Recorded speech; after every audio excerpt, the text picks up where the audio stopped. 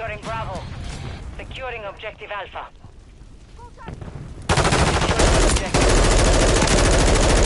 Objective Bravo is compromised. Oh, fine.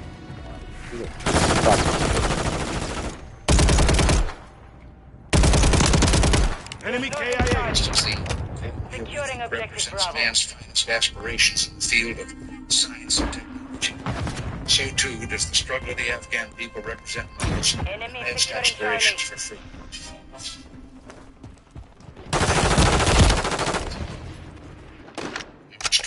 We control two objectives. Changing max. Charlie. Hostile Mosquito is online. We are losing Alpha.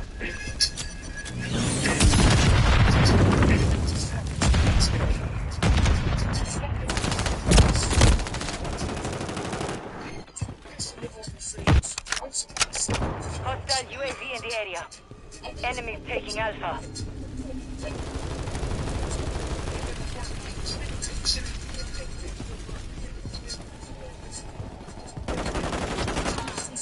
We are losing Alpha. Target down.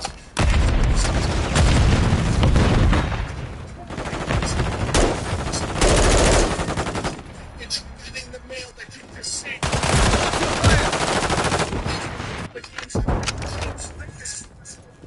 We're taking Bravo.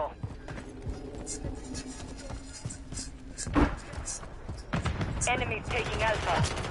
We hold all objectives. Well done. Objective Alpha is compromised. Get it back. We're taking Alpha. Enemy down.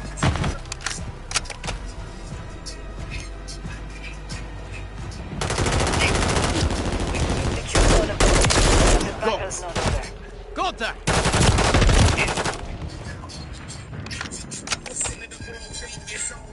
We are losing Charlie.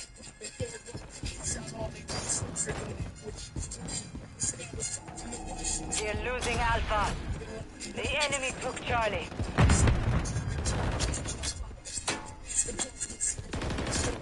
Enemies taking Alpha. Taking effective fire. They're overwhelmed. Keep it this way.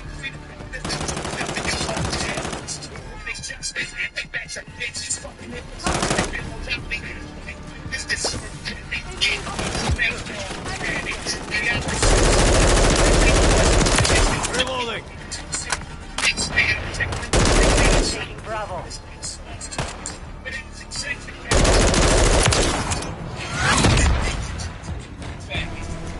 The mission is complete. Good work.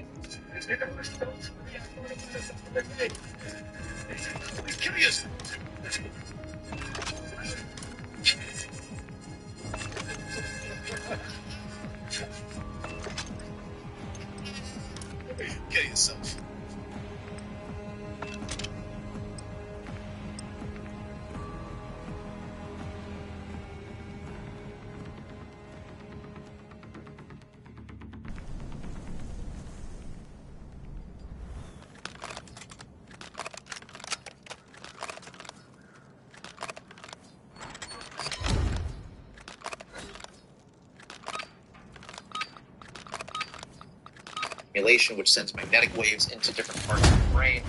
We're taking There's Charlie. been some work by other taking Alpha. investigators who have tried to see if We're different taking Bravo. electromagnetic waves to the areas of the temporal lobe along the side of the brain to reduce these kinds of Charlie experiences. secure. We've For secured the thousands lead. of years, people have found We ways of control reducing these Bravo. experiences. And you We're go back losing to Alpha. the shamanic traditions, people using mushrooms, peyote, and ayahuasca, and all these other Enemy harmful securing Bravo. substances. Securing objective Alpha. Various physiological changes. Various physiological changes. We're losing Charlie. We've lost Bravo.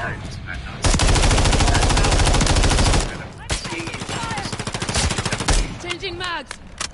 Enemies taking Alpha. And it's interesting because in our Securing Western objective modern way Bravo. of thinking about We're things, losing we Alpha. tend to think about this as an We've lost Alpha. stimulation Securing of objective Alpha. experiences. For example, a shaman who takes some mushrooms into a spiritual state actually doesn't look at We're that taking process Alpha. as being artificial. That shaman basically looks Alpha at it secure. as Bloody fire! level. Around! Compromise. Get it Doesn't see back. very well. When I wake up in the morning, the world's a very blurry place. I put my glasses on and the world. So what if it is that Enemy transmission securing by stimulation and Securing or objective but UAV in the basically area. putting on glasses for your brain to see the world in a clearer way. But it really was always there in the first place. Reloading. So there's a very interesting and important epistemological question. We're taking about Alpha. the realness of these experiences. We're taking Bravo. How The they enemy has captured 2 objectives. Get them. also raises We control Alpha. We've taken the lead. students a lot about this. Securing. We're losing Alpha. From when you think about right, and what I mean by that is that if you look at what's really going on and what's going on, whether or not I've got a drug in my brain or not, for a neuron Enemies to taking fire Alpha. crossing back and forth across the membrane and then depolarize Changing mags. and it fires.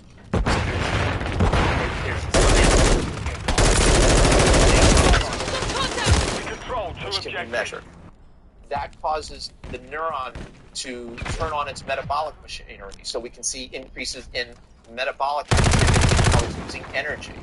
And then there's the Enemy release UAV of all different kinds of Securing objective neurotransmitters, Bravo. serotonin and We're losing dopamine, across the Contact. synaptic cleft and activate another We're taking neuron. Bravo. So where in all of this does the thought occur? Where is our thought? Where is our experience of the world? We say we see something, we feel something, we think something. Where is it happening? And so if I give a person a drug, or the person meditates, or whatever that they're doing, you know, how do I ultimately link that back to what's going on in the brain itself? How reductionistic Enemy can taking it out. be? Or is it possible that our brain is merely receiving all of this information? Certainly, you know, if you go through Reloading. perspective on a lot of Fire. this, consciousness is all around us, and our brain is kind of like a radio receiver that takes its universal consciousness for a period of time while we're doing things. Okay, so we don't know. And a lot of neuroscience ultimately being able to isolate exactly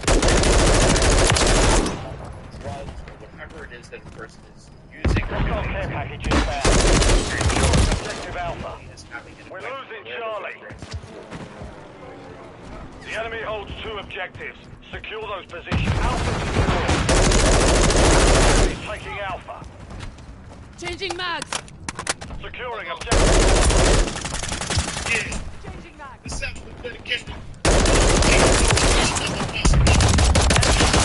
Hello, T2. Losing Alpha. The enemy took Charlie. Securing objective Charlie.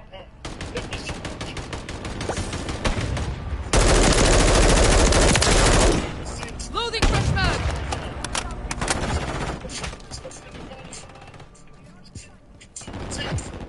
We're taking Bravo. Enemy's taking Alpha. Objective Bravo secure. Frag out.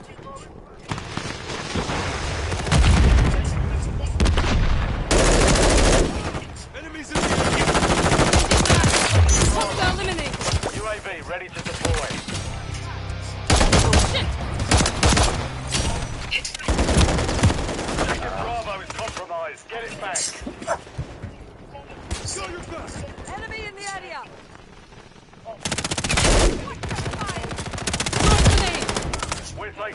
Charlie.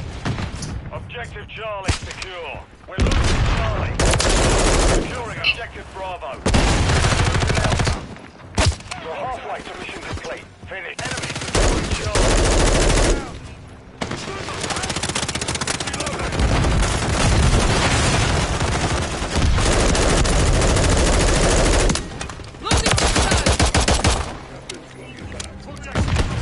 Enemies taking Alpha.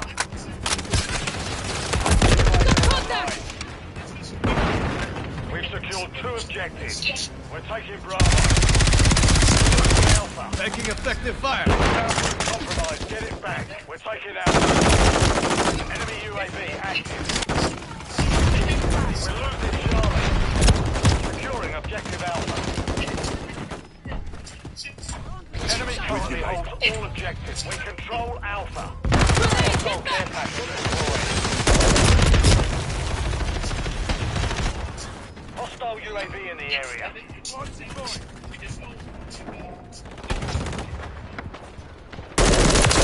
Enemy KIA taking fire! Securing objective Charlie. Need recon overhead. We're taking Charlie. Copy. UAV is on station. Recon online. Enemy has captured 2 objectives. Securing objective Bravo.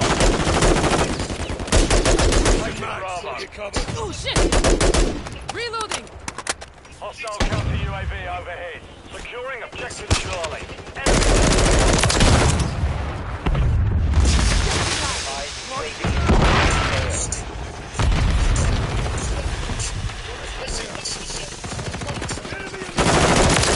Hostile eliminated! Securing objective Bravo. Changing mags!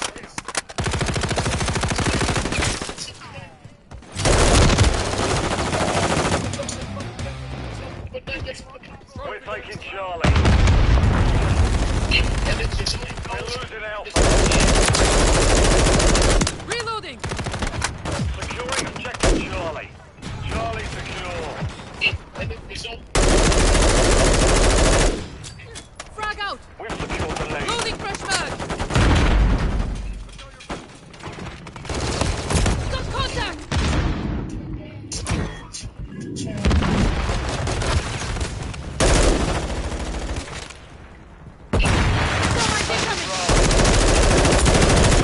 Don't shoot at friendly!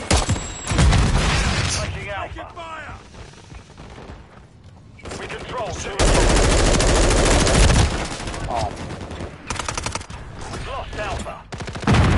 Taking Alpha. Changing mags! Alpha secure.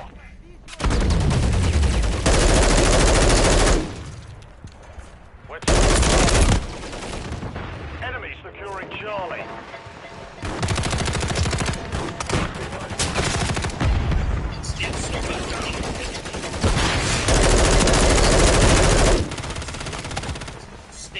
Loading fresh mag! Taking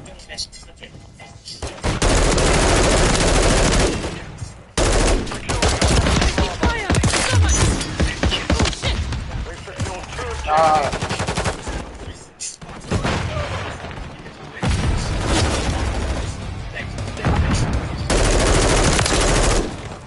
Reloading!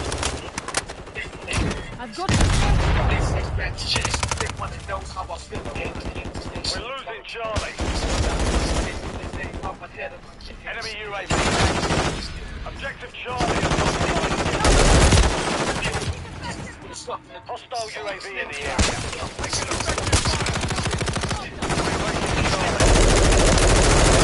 changing mags! Deployed. Enemies taking Alpha. We're taking Bravo.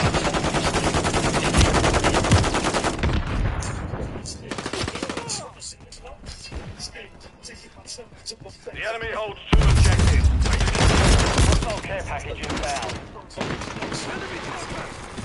Grenade!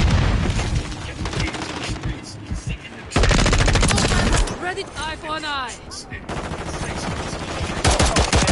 Deployed. Got contact! Reloading! Securing objective Charlie.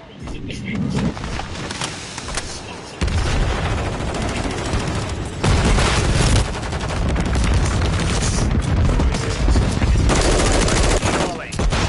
We're losing Alpha. Objective Charlie secure. Hostile cruise missile Stun incoming. grenade!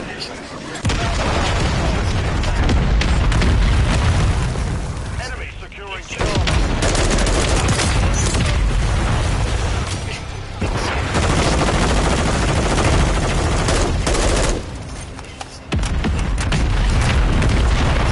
We're losing Charlie.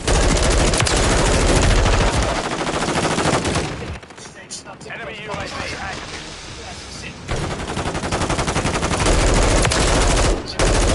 Loading fresh mag! The enemy has captured 2 objectives. Get them secure. Mission compromised. We failed.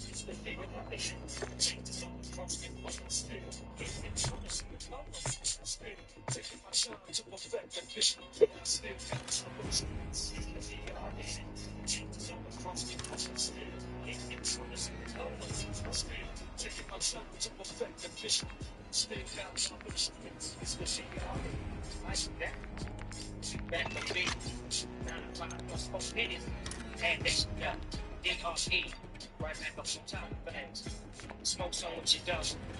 No smoke seeds, no snakes, smoke sticks. Some of them so sticky in here. Things. Put it in the thing. What is it called? Damage.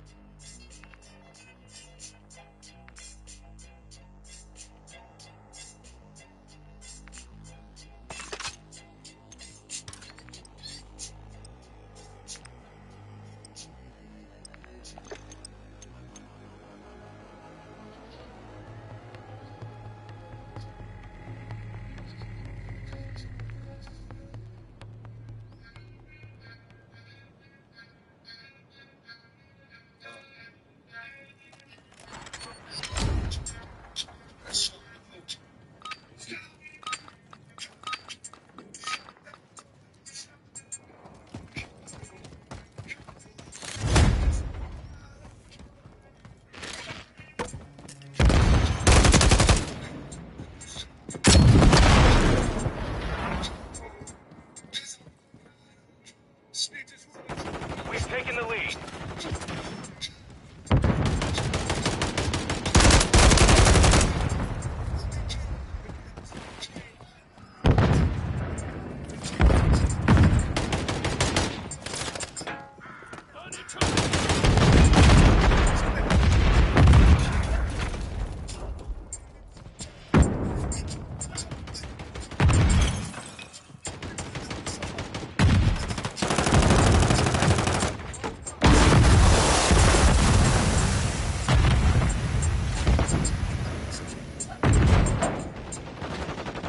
I'm reloading! Enemy in the AO! Throwing grenade!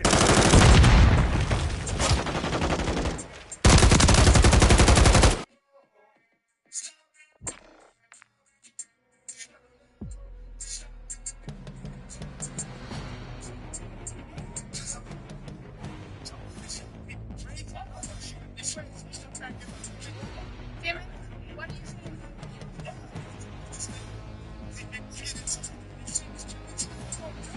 What?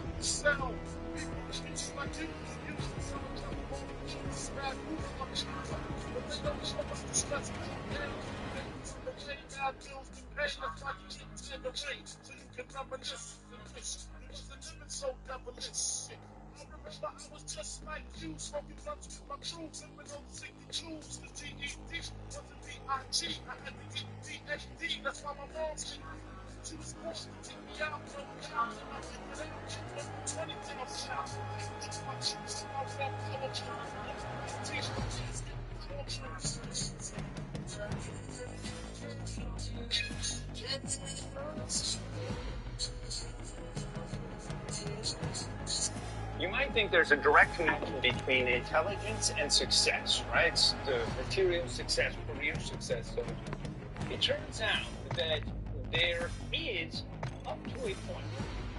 After that point, there's no connection. It's very, very difficult to find any connection. So I'm going to talk to you today about why super intelligent people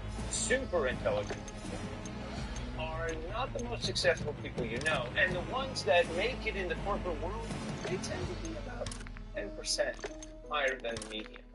So let's talk about it. If we take IQ as a proxy for intelligence, and there are all kinds of issues with using IQ and so on, but it's well studied, and it actually has a very definite predictability in terms of socioeconomic class and outcome, to a point. Only up until about 10 to 15 points above the median. So just to remind you on IQ, it is based around 100 being the IQ median, where a 10-year-old takes a test, they perform like a 10-year-old, they get a 100%, right? And if they perform like an 11-year-old, they get 110. So that's just a little bit higher than the median. But the median is forced around an normal curve, around 100. For women, it's about 4.5 points lower than men. Look it up, it's a fact. But let's just assume 100 as the median. Now, that is quite predictable. 10 points below, 10 points above in terms of socioeconomic outcome.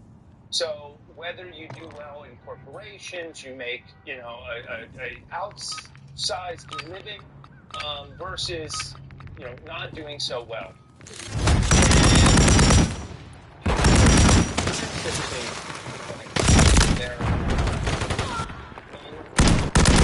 It starts getting iffy. And once you get up to above genius level, which is considered 140, just, you figure a 10-year-old taking that's a big step. Then the predictions are way up.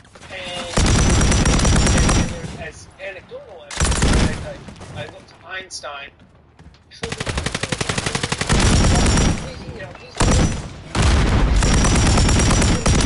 That's just worried about him. And he did okay. Eliminate the enemy. All of them. Business. In business. And he turns out to be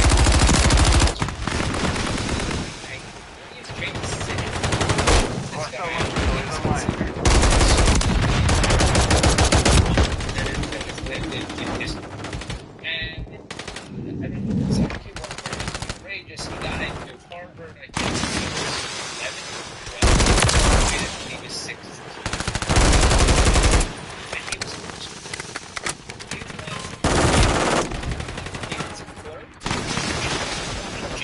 He could read, super early. I mean, this guy was out there. He was smart. And he was older. He had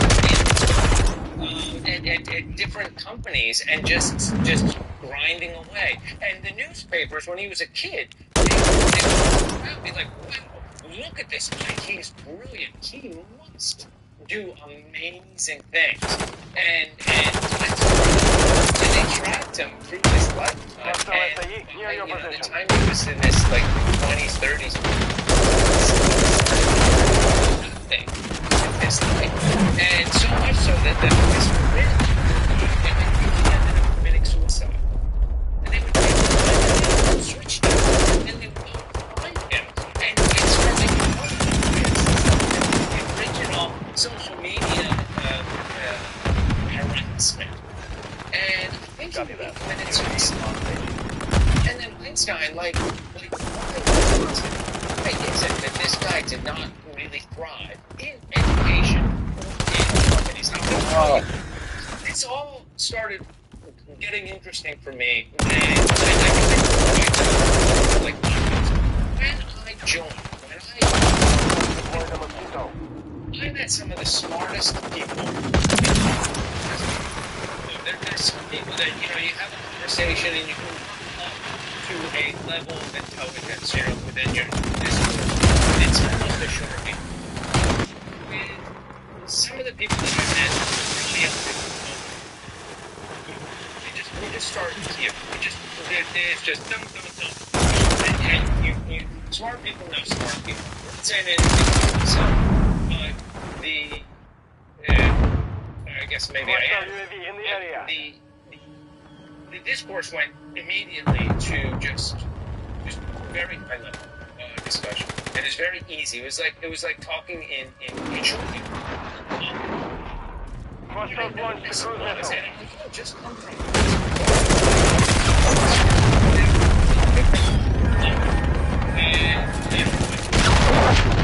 smart people there. Smart people there. They have there. They've met people that really build shit. Really think.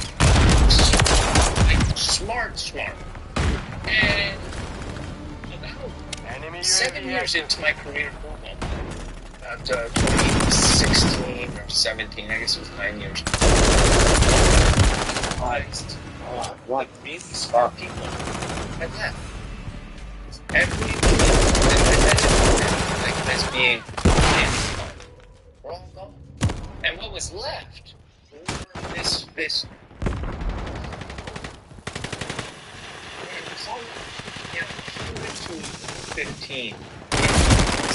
And they were all fighting over resources. They were all shenanigans on the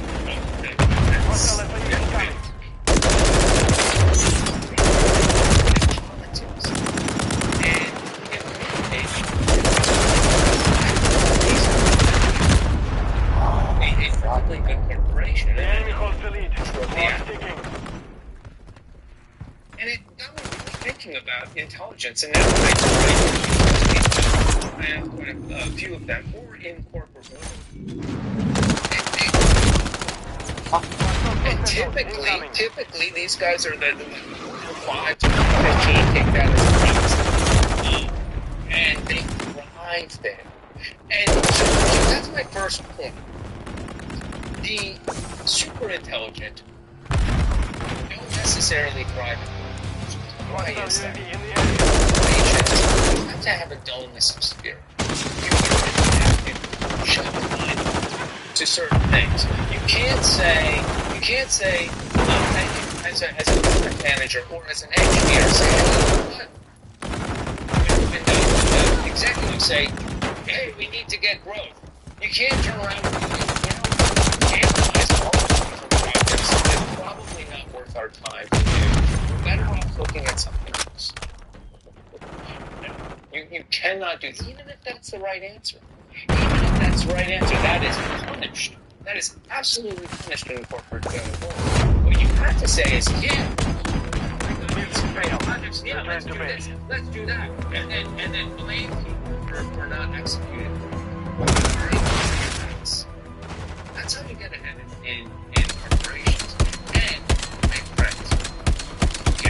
You get buddies that are in management, and you shoot the shit with them, and you get to know them well, because nobody gets promoted because they're more productive than somebody else. You all get promoted. Everybody gets promoted because some manager or group of managers say that person gets promoted. That's it. That's it. So it really is about your politics and who you know and how you know them and getting them to scratch your back. For the moderate intelligent people, this is doable. You can turn off the whole rest of your brain to say, like, okay, I'm not going for the right answer, I'm going for my answer. But for the uber intelligent, it's very difficult. It's very difficult because you can see it. So that's one issue. The other issue is that, I've seen a bunch of research on smart people, and certainly the research is done from people who are not in that. They're trying to understand, the super smart in their motivations, and they themselves are not. It's like putting a stethoscope to a supercomputer. Okay, you get some idea of what's going on, but really they draw conclusions that are absolutely false. You might have seen some of these as well. And one of the researchers goes something like this, that super intelligent people are not super successful because when they're children, everything is laid out for them, and everything is ease in education and understanding something. So they learn not to work. Okay, that's how the story goes. And then they get into life, and they haven't trained this muscle for working. Shit. That is absolute bullshit. Now, maybe there are examples of that where somebody's like, Kill confirmed. and now they're Eliminate hostiles and secure their tags. Got your back. Now, the reason why super intelligent people, one of the main reasons, are not like at the forefront of industry and pushing forward things is because the highly intelligent can see the end way before you can, or maybe you're in Check your fire! before these researchers stop and sit and within a couple of seconds, minutes, figure out what their life path would be if they worked hard on this particular path. And it's not that appealing. If you really think about, about what a life path would be on working a corporate job 60 hours a week to get ahead, and then go do this, and the luck involved, and then you go, the squeeze is the juice, the squeeze. A lot of people on their deathbed say, meh, not really. We've lost the lead. And so this Throwing grenade! beforehand and say, like, no, I'm not. Why would I do that? Why would I do that? So there's right? Say 85 Got IQ your up to 110. It's like, well, of course you should do that. You have the intelligence. You can do it all. Yeah, but it doesn't matter. So what if you make, and they know, even without the research on happiness, it links to income, which flattens out and asymptotes. As soon as you get enough food and a roof over your head and a couple of fun things to do, you just asymptotes on a level. Close to the sun! 10x, 100x, 1000x, it doesn't matter. Your happiness is active. And we, even without seeing this research, a highly intelligent person can see this. So what's the strategy of life? It's to be down here. It's to work very little. It's to one strategy, right? Because you're still looking out of your same eyes. You're still eating food. It still turns to food. You're still living in a house. I remember buying my first house. I was like, my wife was super excited. Oh. I'm like, it's the same as an apartment. It really is. Except now I gotta do maintenance. And that's life. And as a super intelligent person, they call them mental or something. But you know, you can look out into the future and just see, like, no, that it's very similar. If I make $1 million, 10 million, 500 million, it doesn't matter. It doesn't matter. You can rent a boat, or you can buy a yacht. It doesn't matter. You're still still living in your same skin. And this guy is 80 hours a week for someone else. For someone else. Enemy KIA. Hostile UAV in the area. Okay. Reloading. So that's one of the first things. So what do they end up doing? They end up doing their own thing. And this is where I see the bifurcation, right, of highly intelligent people. Some of them discover something that is intellectually challenging enough where they dig in. Einstein would be in this category. Eric Weinstein, Covering your smart guy, would be in this. Maybe Jordan Peterson. Also, smart guy.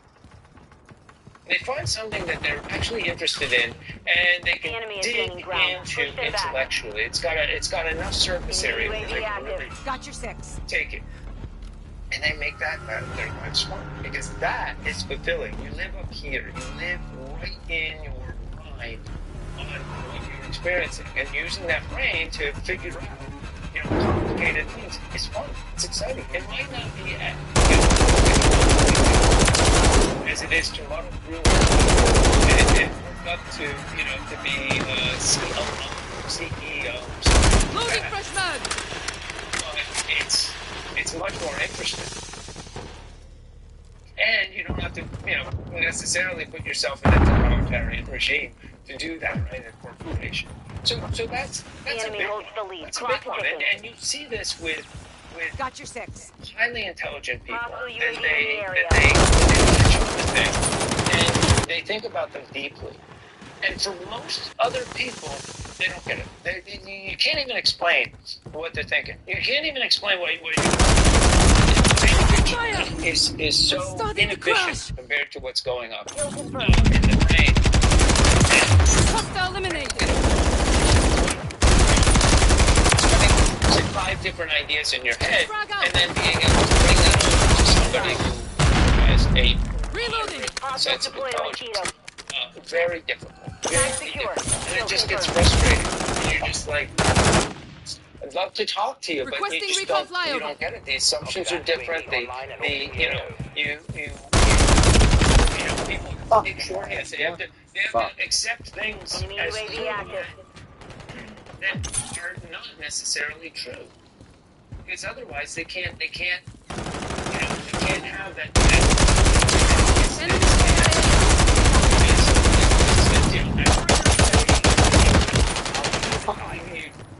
I know people, they're not so dumb, but you know, they're not in that 140 area, and they just turn it off, and they're like, oh yeah, Not one. and they're pretty successful monetarily.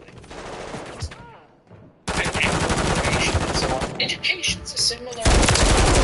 Education is our education system globally is the dumbest fucking thing. Now, look, for getting people, some modern, educated mind, okay, but it was designed in the 1830s. By German industrialists to basically get people to sit on the station and be able to do their work. We're getting That's hit how hard. it's designed. That's why we have bells in our public schools to tell and you basically are learning to sit still, shut up, and do whatever the master says. That is stupid. That is not education. And highly intelligent people know this immediately. When you're a kid, it is like, what the hell am I doing here? Why is this idiot talking to me? And, God bless the school teachers, but they ain't the smartest people in the world. So they get a super intelligent kid in there, and they have no idea what to do. They're like, the kid's running circles around them, and they're just like, the kid, it's like, what? Friendly mosquito Why deployed. do I have to go through this torture of these things? You know they are not going to be that useful. Right? We need to revamp the education system. And then when you get into college, it's not about, hey, let intellectualism thrive. I think it might have used to be there in some colleges. And then they get political, like what happened in pre-Nazi Germany. The universities there were Return to all base. top universities. And, coming up with quantum mechanics, physics, and so on, until they got them. And then they wanted to speak what you wanted to speak. And an intellectual environment needs that. Outside of whatever's wrong, whatever's right or wrong, you have to throw that out in intellectual discussions and intellectual curiosity, because maybe the Big Bang is not correct. Oh my God. 5 years ago, 10 years ago, there's no way you could even whisper that in a physics department. But now, with James Webb telescopes, we're looking at it and we're like, we got to modify this theory. That's science. That is how we make progress. And so, when you're highly intelligent, you get funneled into this education system that's designed for the modeling masses.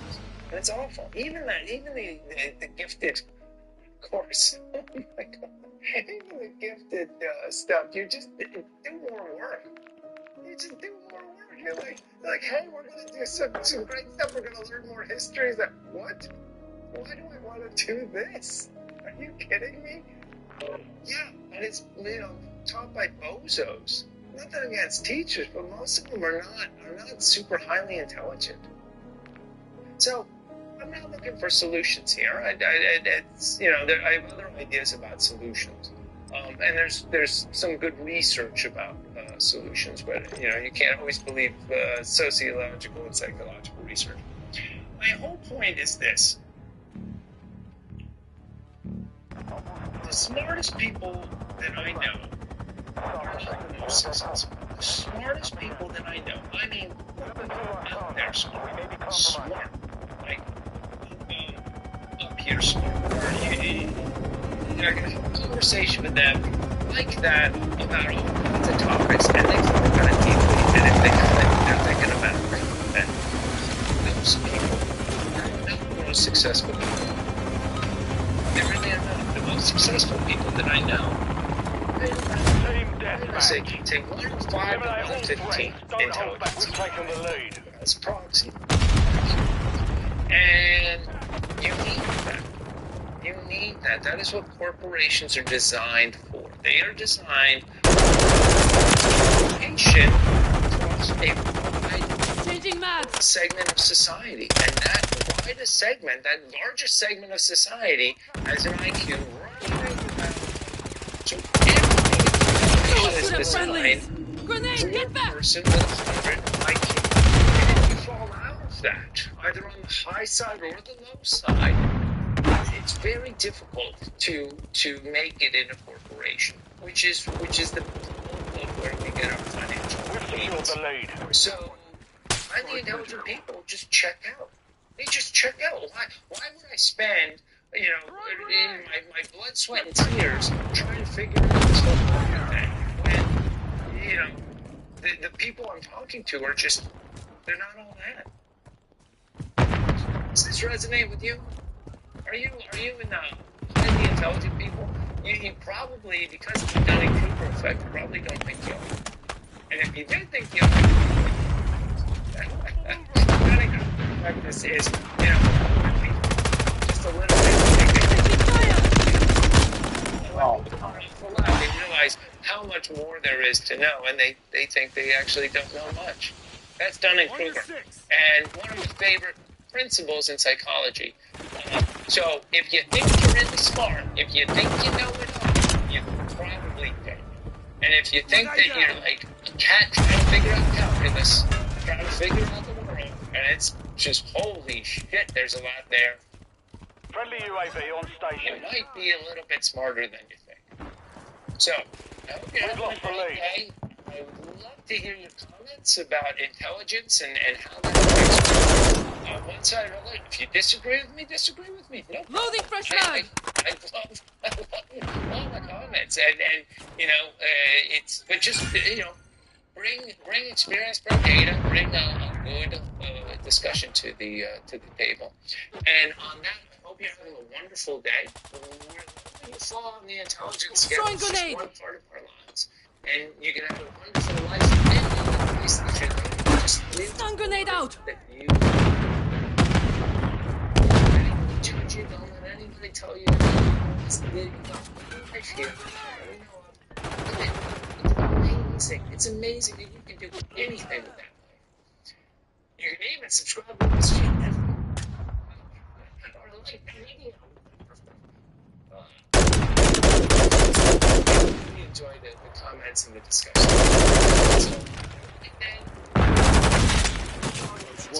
Take care. Nothing brings me more joy than helping people better understand the tool they have to live their life on purpose. We have this magnificent brain, and it has different predictable parts, and the better we get to know those different parts, then we have more power over who and how we want to be in any moment. The brain is Hostile Mosquito is online. we can actually understand and differentiate ourselves and then behave in ways that KIA.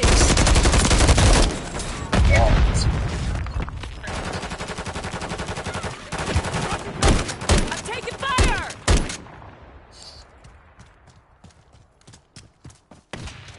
I am Jill Multi-Taylor. I'm an analyst. Friendly cruise missile approaching target. I spoke up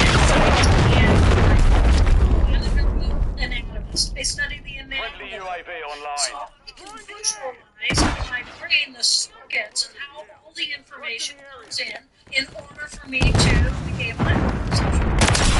Hostile eliminated. When we look at the human brain, it has emotional tissue in the right hemisphere and the left hemisphere, and it has thinking tissue in both the right hemisphere and in the left hemisphere. So they have these very specific groups of cells, not just in very specific skill sets, resulting in very specific personalities that we have.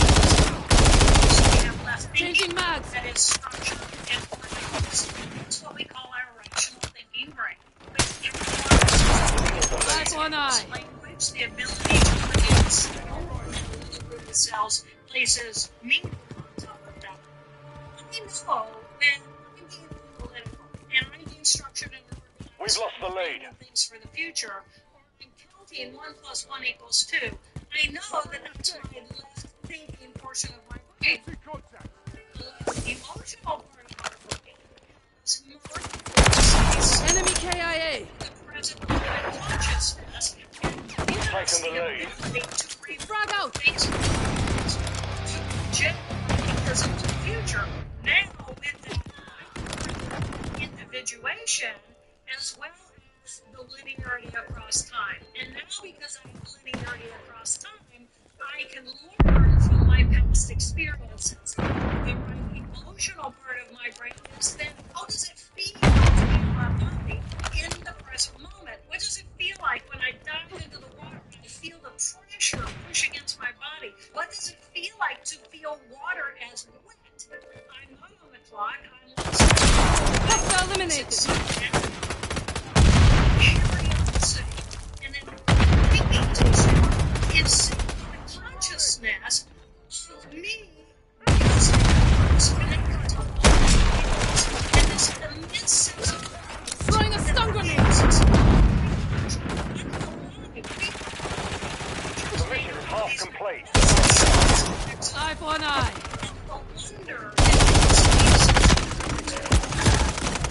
Once you start realizing the formidable characters inside of yourself and being able to recognize those in others, you can't not see it anymore. And once you understand it, it's like I have so much power what's going on inside of my brain than anybody ever taught me. And it's beautiful. Hostiles deployed a Mosquito.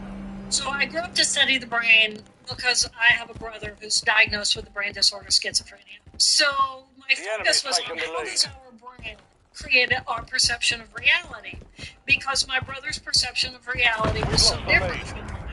And so I was teaching and performing research at Harvard Medical School, and at the age of 37, I woke up one morning and I had a major hemorrhage happening in the hemisphere. My brain says, oh my gosh, I'm having a stroke, I'm having a stroke. And then another brain is saying, oh, this is so cool, I'm having a stroke. How many brain scientists have the opportunity to study their own brain from the inside out like this? And then when I awoke later that afternoon, the left hemisphere was completely shut down. I no longer had an individual. I didn't know where I began and where I ended. Joe Multi-Taper died that day, and I was literally felt like a ton of lead in the present moment. And it was right here. I have this expansive, open, as big as the universe experience. Then you see how everything is interrelated. In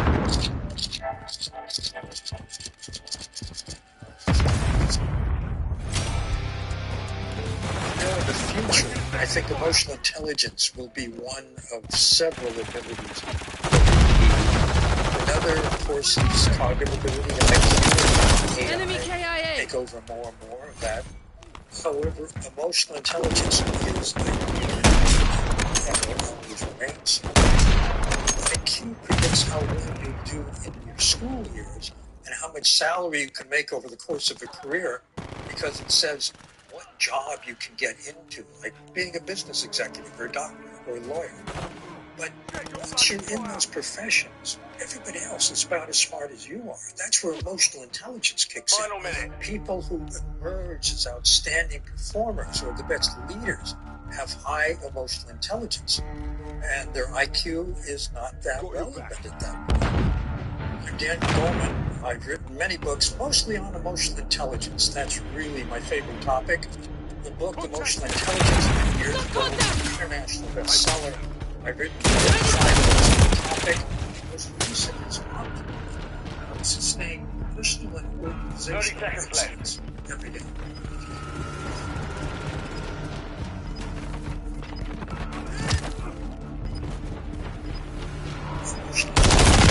Taking fire! Skills. Loading fresh mag! It's a combination of self-awareness, managing emotions. 10 seconds. Yes, effective relationships. Emotional intelligence has been talked about myself and self-awareness. But Mission failed. Return to base. intelligence. 5. It was the first time after that audience, emotional intelligence became and I've been covering a decade of research on the brain and emotion. And in doing so, I came across a very obscure article called Emotional Intelligence, and I loved the title. It was by Peter Salovey, who's just stepping down as the president of Yale University, and his then graduate student. One of the really powerful things about being human is we're all built for peak performance. Flow is often described as a state of kind of effortless effort. We feel like we're propelled through the activity. Everything else just seems to disappear. You hear the word anxiety, you think, oh, this thing, I want to kick out the door, I want to get rid of it, I want to flip the script. Anxiety is a normal human emotion. We can use neuroscience tools from psychology to learn how to take advantage of anxiety. We tell ourselves so many stories about who we are and who we're supposed to be. Once we realize that everything is always changing, it helps us let a lot of that go.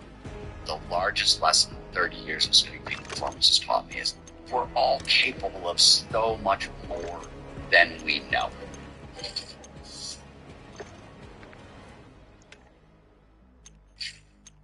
Hey Big Thinkers, this is the DS-01 Daily Symbiotic from Seed Health, a microbial science company and the sponsor of today's video. The DS-01 Daily Symbiotic is a pre- and probiotic supplement that aids to support better digestion and whole body health. Each capsule contains 24 clinically and scientifically studied strains not typically found in other probiotic sources. See links to the strain-specific studies on their website if you're curious about the science behind their product. Now, I know what you might think. Really? A supplement company?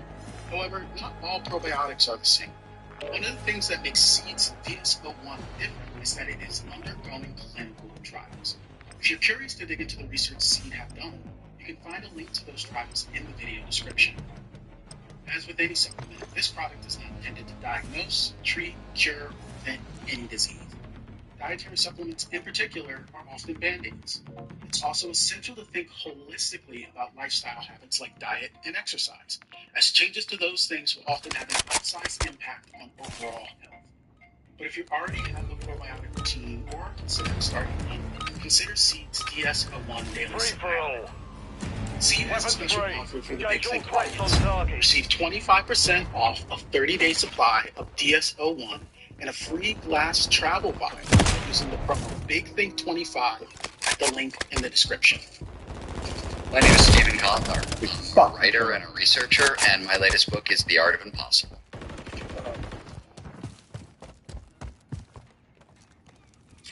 Flow is often described as a state of kind of effortless effort. We feel like we're propelled through the activity, but everything else just seems to disappear. Time is going to dilate, which is a fancy way to say it's going to pass through. 5 hours go by in like 5 minutes. Occasionally it'll slow down. You get the fact that anybody who's been in the car,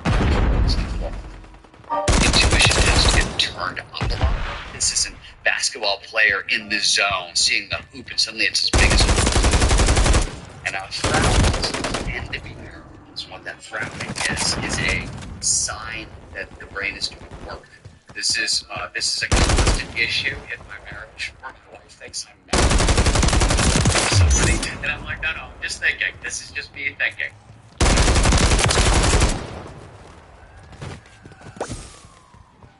Flow itself, actually, the term is quite used the German word Rausch, which means overflowing with joy. Nietzsche actually wrote about flow. William James worked on the topic, but Mihai Csikszentmihalyi is often referred to as the godfather of flow psychology. He was very interested in sort of well-being, meaning of life, the times in their lives when they felt their best and they performed their best. Everywhere we went, it's the same thing. In this alternative consciousness where every action, every decision I make seems to flow effortlessly, perfectly, seamlessly from the labs. Flow actually feels flowy. More specifically, it refers to any of those moments of rapt attention, total absorption, so focused on the task at hand, so focused on what you're doing, everything else just seems to disappear. But one of the things that athletes talk about a lot is what they call the voice. I'm skiing in flow. Do this, do that. And it's very quick. You either do what the voice is telling you to do, or you tend to crash. The challenge skills balance is the idea here is pretty simple. You pay the most attention to the task at hand. When the challenge of that task slightly exceeds our skill set. So to do this work, you can get good at being comfortable with being uncomfortable. So you want to stretch, but not snap. So there are a number of different things you can do to sort of prepare yourself the flow triggers are your toolkit. 22 of them have been discovered. There are probably way more, but so far research has identified 22. Concentration. You really want to sort of start your session again. Physiology. I like to wake up at 3:30, 4 o'clock in the morning. That's when I'm most awake, most alert. I am married to a night owl. My wife doesn't wake up till 5, 6, 7 o'clock, 8 o'clock at night. That's when her brain comes alive, and then you want to try to block out 90 minutes for uninterrupted this distraction management ahead of time. So you want to turn off your phone, turn off mail, Twitter, Facebook, Instagram, etc. So there's a study where they found that coders in flow, if they get knocked out by distraction, a knock at the door, a text alert, or whatever, it can take 15 minutes to get back into flow. If they can get back in at all, flow only shows up when all of our attention is in the right here, right here. Explore flow triggers is a cluster that predominantly dopamine. They drive focus, they drive attention, they drive alertness, and excitement. And there's a lot of different ways to get dopamine. Novelty produces dopamine. We see the same thing with unpredictability, complexity, the experience of awe. You look up at the night sky and you see stars everywhere. You know those stars are actually universes, and you get sort of perceptual vastness. Ever done a crossword to do get an answer right? That little rush of pleasure you get, that's dopamine. And then you usually get a couple of answers right in a row. That's because the dopamine that is now in your system is amplifying pattern recognition. You get that same dopamine with risk-taking. And this could be physical risks, emotional risks, social risks, intellectual risks, possibly spiritual risks. We get the dopamine not as a reward for taking the risk, which is what some people used to believe, but now we know it's to kind of drive motivation. Now there are but from a motivation standpoint, there are 5 designed built into one another in specific order and specific sequence. The most basic human motivator is curiosity. One of the things we get from curiosity is focus for free. If we're curious about something, we don't have to struggle. We don't have to burn a lot of calories trying to pay attention to it. Curiosity is to be built into action. And think about falling in love. How much attention you pay to the person you're falling in love with. You can't stop thinking about them, can't stop staring at them. That's a tremendous amount of focus for free. Now, passion is incredibly useful, but as a motivator, you can go one better, which is purpose. Everyone wants to talk about, I have a purpose, and it's this big altruistic thing, and it's good for the world, and all those things are true. But from a peak performance perspective, it's very, very selfish. Once you have purpose, the system demands the freedom. Once you have that freedom, the system wants the last of the big motivators, master the skills, pursue that purpose well. One of the really incredible things about being human is all built for peak performance. Flow is universal in humans. It's actually universal in most mammals, and definitely all social animals. There's a shared collective version of flow state of a team performing the rest, a group performing the rest, called group flow. In fact, studies have shown that the people who score off the charts for these characteristics, who score off the charts for well-being and life satisfaction, are the people with the most flows. So much more than we know. That is a commonality across the board. It's the largest lesson in 30 years of studying peak performance has taught me. And the way I sort of think about it is motivation is what gets us into the game. Learning is what we continue to play. Creativity is how we steer. And flow is how we amplify results beyond all reasonable expectation.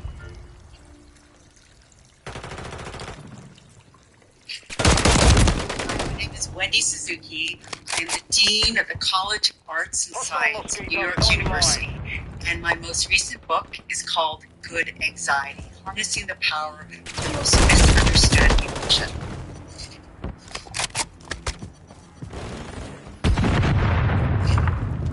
Anxiety is a feeling of fear or worry, typically associated with situations of uncertainty. Brain plasticity is the brain's extraordinary ability to change and rewire itself in response to the external environment. I will try to use and explore the boundaries of brain plasticity to address very challenging issues, particularly for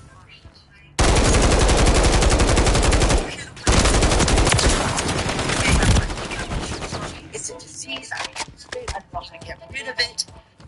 Anxiety is a normal human emotion. We all okay, so you're never going to get rid of it. It evolved to protect us. And so my whole book, Good Anxiety, is teaching us to look at anxiety in a different way. The amygdala is a brain structure that is activated. You hear that bump in the night, that launches your anxiety. And the brain area that Fuck. about 1 minute remaining. is the prefrontal cortex. The area that's involved in makes you function your day. But unfortunately, a situation Hostiles deployed a mosquito. is your amygdala activated, your prefrontal cortex gets shut down too, so that makes the situation even worse. One thing that trips essentially all of us up is something called the negative bias. 30 seconds remain. Says that we are to see the negative sides of things than the positive things. If you're tired, if you're stressed, if lots of problems are coming up, you will tend to see the world in this person hates me, I'm never going to get the job, I'm never going to 10 seconds remaining. Part of the big stone of anxieties, right?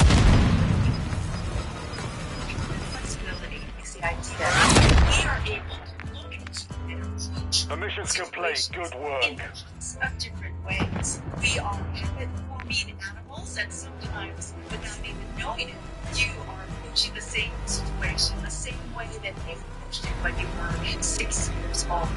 Cognitive flexibility says that if there's a realization, there are other ways to approach it. You have the ability to do just that.